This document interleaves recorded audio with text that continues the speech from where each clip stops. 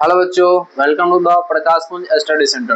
देखिए, इसके पहले हम लोगों ने चैप्टर जो कि केमिस्ट्री का हमारा क्लास 10 का जो चैप्टर हमारा चल रहा है, इसके पहले हम लोगों ने पढ़ा था अम्ल और भस्म के बारे में। ठीक है, उसको गुण के बारे में जाने थे कि गुण के आधार पर इसका डिफिनेशन हम लोग जाने थे कि जो कुछ हमारा स्वाद में जो खट्टा होता है वो हमारा अम्ल है, जो स्वाद में कड़वा होता है वो हमारा भस्म है ना।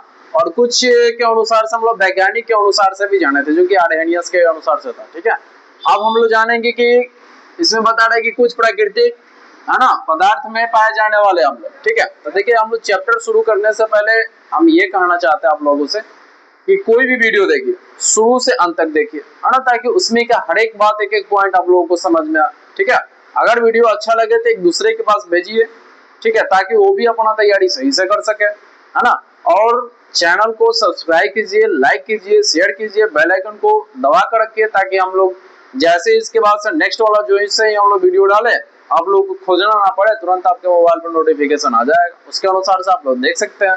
ठीक है, और यहाँ से ये सब जितना भी हम लोग पदार्थ जाने हैं इसके बारे में यहाँ पे लिखा हुआ है, और इसमें कौन सा अम्ल पाया जाता है, इससे ऑब्जेक्टिव आप लोग को रिलेटेड बहुत आता है। ठीक है, तो ध्यान से वीडियो को देखिएगा और एक एक टॉपिक को सही से समझेंगे और सही से याद भी करेंगे, है ना। अपने पास में कॉपी कलम लेकर बैठेंगे ताकि इसमें से हम लोग जितना भी है नोट कर ले। ठीक है, नहीं तो कुछ समय का हम टाइम भी देंगे जिससे कि आप लोग स्क्रीनशॉट भी ले सकते हैं। ठीक है, चलो देखिए यहाँ पे हमारा है कि कुछ प्राकृतिक पदार्थ में पाए जाने वाले हम लोग प्राकृतिक, यानी कि ये सारी चीज हमारा जैसे कि मान लीजिए पेड़ पौधा हो गया, फल फ्रूट हो गए, सभी हमारा क्या प्रकृति का ही देन है। ठीक है, जिसे आज हम लोग यूज करते हैं, खाने के लिए यूज करते हैं। ठीक, यहाँ पे हमारा एक नंबर में है जैसे कि हमारा इधर साइड का जितना भी हमारा खंडा में वो सब हमारा पदार्थ होगा, और यहाँ पे हमारा ये सब क्या हो गया, अम्ल हो गया। तो इसमें एक नंबर में आपका संतरा और नींबू है ना। अब जिससे कि हम लोग संतरा खाते हैं, संतरा हो गया, चाहे वो जो नींबू हो गया, उसमें कौन सा अम्ल पाया जाता है, तो उसमें रहता है आपका सिट्रिक अम्ल रहता है। अब जिससे कि देखिएगा हम लोग दूध से पनीर बनाना होता है, अब मान लीजिए कि हमारे पास ये छेना का पानी नहीं है, तो हम लोग क्या करेंगे, नींबू को काट कर उसका रस उसमें मिला देंगे, तो हमारा क्या हो जाएगा, दूध फट जाएगा और उससे हम लोग पनीर की प्राप्ति कर सकते हैं ना। यानी कि संतरा और नींबू में हमारा कौन सा अम्ल रहता है, सिट्रिक अम्ल रहता है। उसके बाद हम लोग जैसे कि देखिए सेब हम लोग खाते हैं, है ना। अगर प्रत्येक दिन डेली सुबह सुबह है ना हम लोग नाश्ते में अगर एक एक सेब खाना शुरू कर दे ना, तो हम लोग का 50 से 75% बीमारी ऐसे ही खत्म हो जाएगा, लेकिन ऐसा कोई करेगा नहीं। ठीक है, देखिए सेब में हमारा होता है मैलिक अम्ल रहता है ना, और उसके बाद से इमली, इमली में हमारा क्या होता है, टर्टरिक अम्ल रहता है। ठीक है, और इमली वैसे भी खट्टा पदार्थ है, सुनकर ही मुंह में पानी आ जाता है ना।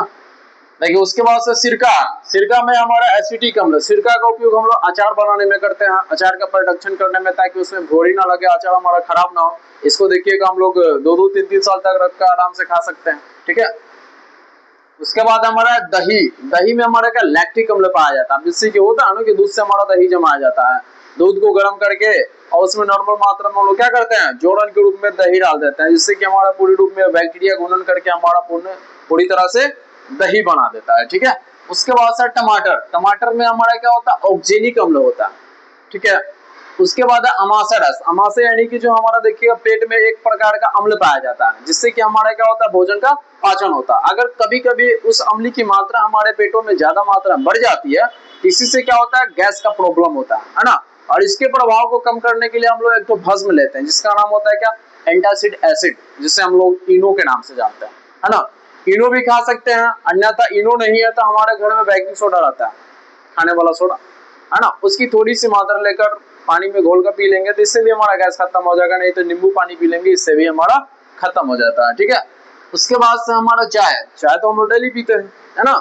चाय में हमारा क्या होता है, टैनिक अम्ल होता है। उसके बाद से विटामिन सी, विटामिन सी में हमारा क्या होता है, एस्कॉर्बिक अम्ल रहता है ना। और विटामिन सी अगर हमारा शरीर में जितना मात्रा में रहेगा ना, जिससे कि हमारा देखिएगा फेस पे हमारा टैनिंग हो जाता है, इस सभी के प्रभावों से क्या करता है, विटामिन सी कम करता है ना। और ये हमारा बालों को ग्रोथ को और उसकी मजबूती को बनाए रखता है, विटामिन सी, जो कि ज्यादा मात्रा में आपको खट्टे पदार्थ में मिलता है, आंवला हो गया, आवड़ा हो गया। ठीक है, उसके बाद है लाल चींटी, है ना। लाल चींटी में क्या होता है, फॉर्मिक अम्ल होता है। जैसे ही देखिएगा चींटी काट लेगी तो उसके बाद वहां पे हमारा क्या होता है, इसी अम्ल के प्रभाव के कारण वो हमारा वहां पे स्थान हमारा फूल जाता है। ठीक है, अब देखिए उसके बाद से हमारा नेक्स्ट यहाँ पे टॉपिक है कि अम्ल तथा भस्म द्वारा रंजक के रंग में परिवर्तन सूचक, है ना। यानी कि अम्ल और भस्म के माध्यम से, जैसे कि किसी का कलर जैसे कि ब्लू होता है, ब्लू से लाल हो जाता है, तो लाल होता है तो ये हमारा कौन सा अम्ल होता है, इसके बारे में हम लोग जानेंगे। ठीक है, अब जैसे कि यहाँ पे देखिए एक साइड में हमारा खंदा में है, यहाँ पे सूचक है।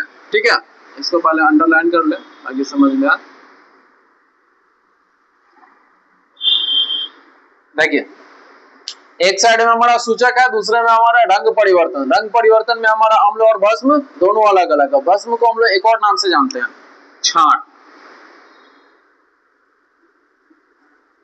ठीक है, इसको छाड़ के नाम से भी जाना जाता है। ठीक, अब देखिए यहाँ पे हमारा लिटमस है।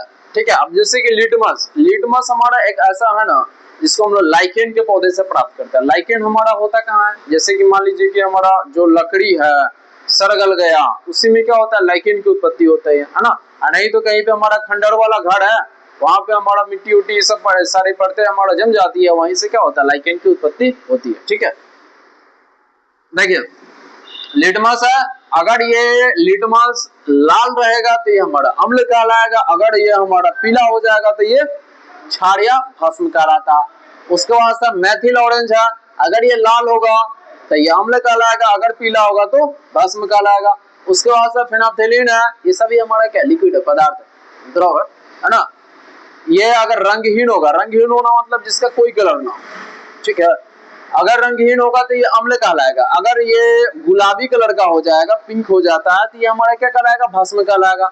उसके बाद से हल्दी, हल्दी है ना, हल्दी का उपयोग हम लोग एनी टाइम खाना बनाने के लिए करते हैं। ठीक है, आजकल इसका बहुत सारा भी होम रेमेडी भी बनता है, जैसे कि फेस का क्लीनिंग करने के लिए। ठीक है, देखिए हल्दी, हल्दी जब पीला रहता है तो अम्ल है, अगर लाल भूरा हो जाएगा तो ये हमारा क्या, भस्म है, ये क्षार है। अब जैसे कि देखिए कहीं पे हम लोग गिर जाते हैं, हमें चोट हो जाता है, सूजन हो जाता है, तो उसके प्रभाव को कम करने के लिए हम लोग क्या करते हैं, हल्दी पीस लेते हैं, और हल्दी में थोड़ी सी मात्रा में जैसे भस्म मिलाते हैं यानी कि चूना, तो ये कैसा हो जाता है, लाल या भूरा हो जाता है ना। ऐसे ही हम लोग का हाथ में मेहंदी जैसा कलर आ जाता है, लाल लाल। ठीक है, अब देखिए उसके बाद से चुकंदर, चुकंदर है ना, अगर ये लाल बैगनी होगा तो ये अम्ल है, अगर ये पीला हो गया तो ये क्या है, भस्म है। उसके बाद से हमारा लाल पत्ता गोभी, एगो देखिएगा, एगो हरा कलर का होता है पत्ता गोभी होता है, एगो होता है लाल कलर का, लाल यानी कि थोड़ा सा जैसे कि हमारे ये चुकंदर होता है ना, इसी क्वालिटी का होता है। ठीक है, तो अगर ये हमारा लाल बैगनी होगा तो ये अम्ल होगा, अगर ये हरा होगा तो क्या होगा, भस्म होगा। ठीक है, उसके बाद से नेक्स्ट हमारा है अम्ल भस्म अभिक्रिया, है ना, यानी कि अम्ल का अगर भस्म से अभिक्रिया कराते हैं तो इससे हमें क्या बनता है। ठीक है, यहाँ पे है कि अम्ल और भस्म की अभिक्रिया के फलस्वरूप लवण तथा जल बनता है, यानी कि जैसे ही हम लोग अम्ल की अभिक्रिया भस्म से कराएंगे तो इससे हमारा क्या होता है, लवण की प्राप्ति होगा और साथ में जल बनेगा। ठीक है, तो यहाँ पे देखिए, यहाँ पे हमारा एक एग्जाम्पल है NaOH। NaOH के मतलब होता है सोडियम हाइड्रोक्साइड, सोडियम हाइड्रोक्साइड जो कि एक प्रकार का हमारा क्या, भस्म है। उसके बाद से HCl है, HCl मतलब होता है हाइड्रोक्लोरिक अम्ल, है ना, जो कि ये हमारा क्या है, अम्ल है। उसके बाद से यहाँ पे अभिक्रिया दोनों करेगा तो हमारा यहाँ पे बनेगा NaCl, NaCl यानी कि जो कि हमारा लवण होता है, लवण यानी कि जो कि नमकीन होता है, जैसे कि नमक। ठीक है, उसके बाद से हमारा H2O यानी कि जल बनेगा। ठीक है, ये यहाँ तक हमारा हुआ, ये टॉपिक खत्म हुआ। अगर वीडियो आप लोगों को अच्छा लगे तो एक दूसरे के पास भेजिएगा, है ना, ताकि वो भी अपना तैयारी 2027 में जो एग्जाम देने वाला होगा 10वीं क्लास का, वो भी अपना तैयारी सही तरीके से करे। ठीक है, और थोड़ा सा सपोर्ट कीजिए, है ना, चैनल को सब्सक्राइब कीजिए, लाइक कीजिए, बेल आइकन को दबाइए। और जब तक आप लोग सब्सक्राइब नहीं कर सकते हैं तब तक हम लोग का हौसला बुलंद कैसे होगा, है ना। इसीलिए थोड़ा सा सपोर्ट कीजिए ताकि हम लोग इससे भी और बेहतर तरीके से बहुत चीज कर सके।